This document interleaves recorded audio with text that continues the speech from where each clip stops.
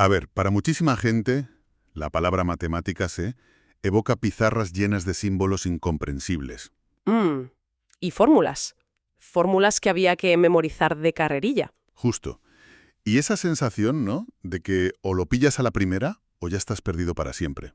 Totalmente. Y hay un ejemplo que es, vamos, el clásico, los famosos productos notables. El cuadrado de un binomio.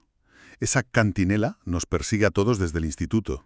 A más b al cuadrado es igual al cuadrado del primero más el cuadrado del segundo. Más el doble producto del primero por el segundo. Eso es.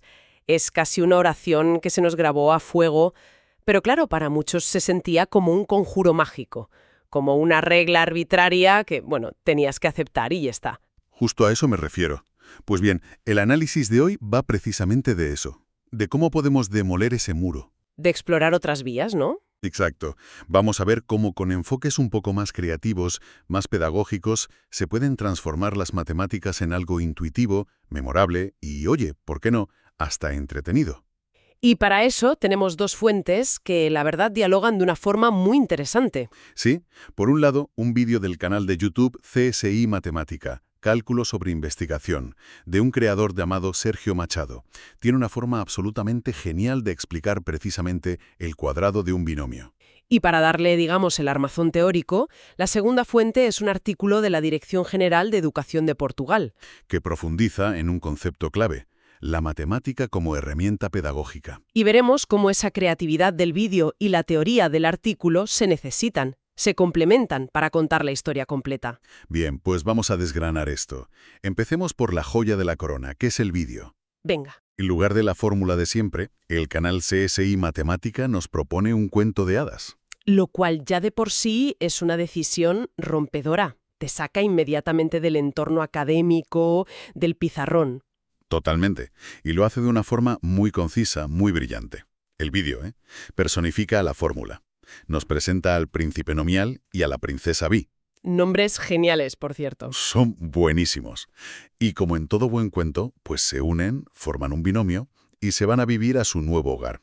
Una casa al cuadrado. Que es literalmente el paréntesis elevado a 2. La representación visual es súper directa. Exacto. El narrador nos cuenta que con el tiempo ella queda al cuadrado. Y él también. Con lo que ya tenemos b al cuadrado y a al cuadrado. Ahí está. Princesa Vi al cuadrado y príncipe nomial al cuadrado. Pero la historia no acaba ahí. La familia crece y tienen dos hijos. Uno idéntico a la madre y otro idéntico al padre. Es maravilloso. Es que es buenísimo. Y la frase final del vídeo es un guiño magnífico. El cuadrado del binomio era realmente un caso notable. Es una correspondencia perfecta. Si le asignamos A al príncipe nominal y B a la princesa Vi, la traducción es 1 a 1. No falla nada. Nada.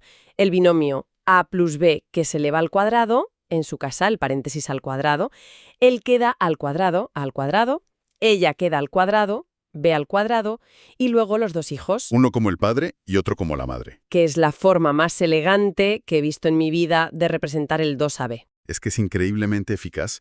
Lo escuchas una sola vez y no se te olvida. Esto me hace pensar que no es solo un truco de memoria, ¿sabes? Tiene que haber algo más profundo a nivel cognitivo. Has dado totalmente en el clavo. No es solo un truco. Lo que está haciendo este cuento es reducir drásticamente algo que en psicología cognitiva se llama carga cognitiva. La carga cognitiva, el esfuerzo que tiene que hacer el cerebro. Exacto. Una fórmula como a más b al cuadrado es igual a al cuadrado más b al cuadrado más 2ab te obliga a mantener varios elementos abstractos, sin conexión aparente, en tu memoria de trabajo. Todo al mismo tiempo. Es un esfuerzo puramente simbólico. Como intentar recordar un número de teléfono muy largo o un IBAN. Precisamente. En cambio, una historia te presenta esos mismos elementos de forma secuencial y sobre todo causal. La princesa y el príncipe se conocen, luego se mudan, luego tienen hijos. Hay una lógica narrativa. Claro. Nuestro cerebro no ha evolucionado para manipular símbolos abstractos, pero lleva milenios procesando narrativas. El cuento lo que hace es traducir la fórmula al sistema operativo nativo de nuestro cerebro. Ostras, qué buena forma de verlo. Por eso, no solo la hace memorable, la hace comprensible a un nivel intuitivo. Pasa de ser una regla que tienes que memorizar a ser una historia que puedes recordar. Vale, esto es fascinante. Me queda claro que funciona porque, como dices, respeta cómo está cableado nuestro cerebro. Pero me pregunto, ¿es esto un simple hack psicológico o tiene respaldo en alguna teoría pedagógica sólida? O sea, ¿es una forma correcta de enseñar? Esa es la pregunta crucial. Y es justo donde nuestra segunda fuente, el artículo de la DIGE, entra en juego y eleva la conversación. Ajá. El artículo nos da el marco para entender que esto no es solo un truco, es una manifestación de un principio pedagógico muy potente, el constructivismo. El constructivismo. Suena a que el alumno construye algo. Exactamente. La idea fundamental es que el aprendizaje no es un proceso pasivo, no es recibir información como si fuéramos un disco duro vacío. Que es un poco el modelo tradicional, ¿no?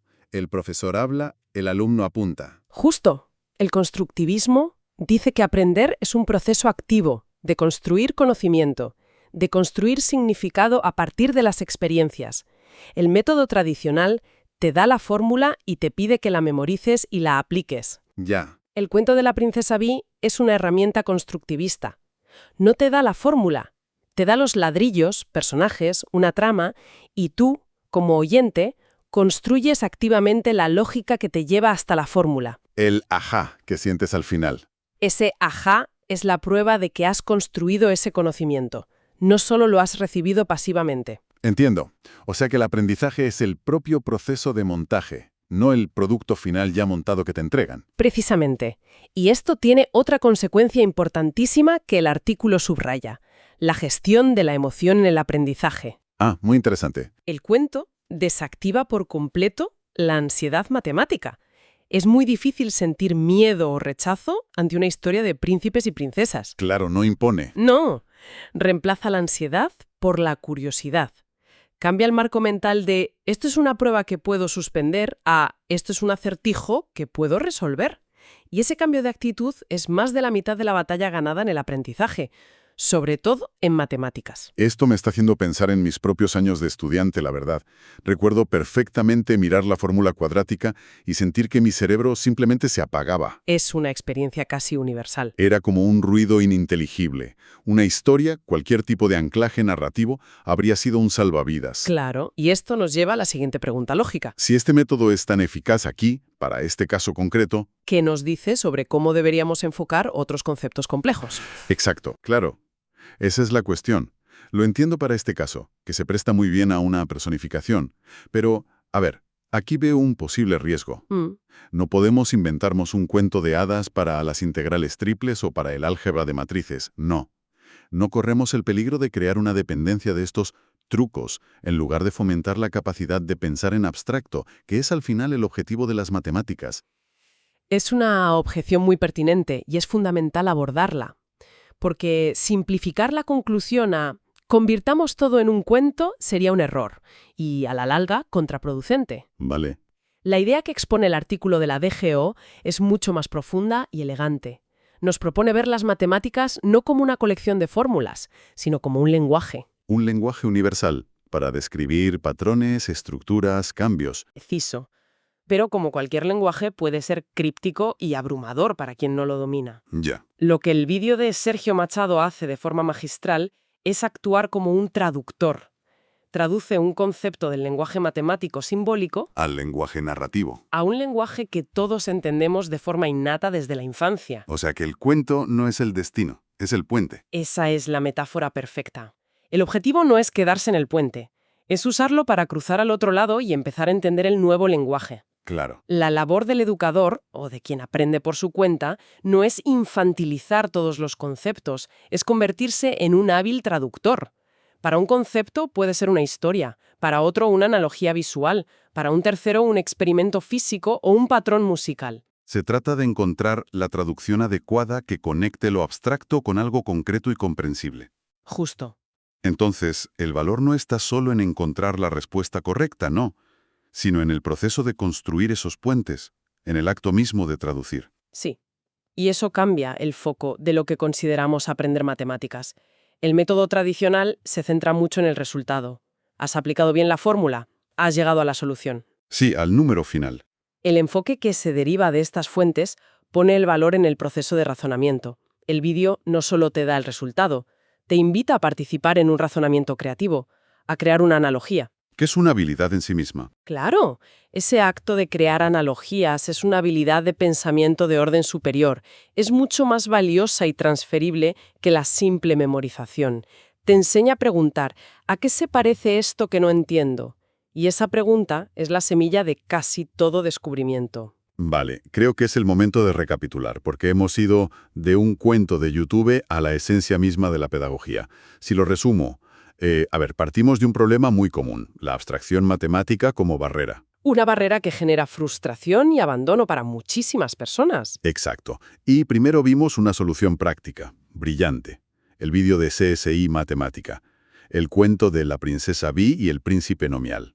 Que convierte una fórmula abstracta en una historia inolvidable. Pero luego, y esto es lo importante, nos hemos preguntado por qué funciona. Y la respuesta no era tan simple como las historias se recuerdan mejor. No, para nada. La respuesta, apoyada en el artículo de la DG, es mucho más profunda. Funciona porque se alinea con la forma en que nuestro cerebro procesa la información, reduciendo esa carga cognitiva. Y porque es una herramienta constructivista. Nos permite construir activamente el conocimiento. La gran conclusión que saco de esto es que la forma de presentar la información no es un adorno, no es algo secundario. Es una parte intrínseca del propio conocimiento. Totalmente. La implicación final de todo esto es un cambio de perspectiva fundamental. Es pasar de ver las matemáticas como un conjunto de reglas externas que hay que obedecer A verlas como una caja de herramientas interna para pensar mejor. Eso es. Son herramientas para modelar la realidad, para estructurar un argumento, para resolver problemas de formas inesperadas. Como aprender a usar un martillo, que no solo te permite clavar clavos, sino que te enseña sobre fuerza, sobre palanca, sobre precisión. Es la analogía perfecta. Por eso el artículo la llama herramienta pedagógica. Y esa es la magia del vídeo de Sergio Machado. Su valor no es solo enseñar una fórmula de forma que se grabe a fuego. ¿Hay algo más?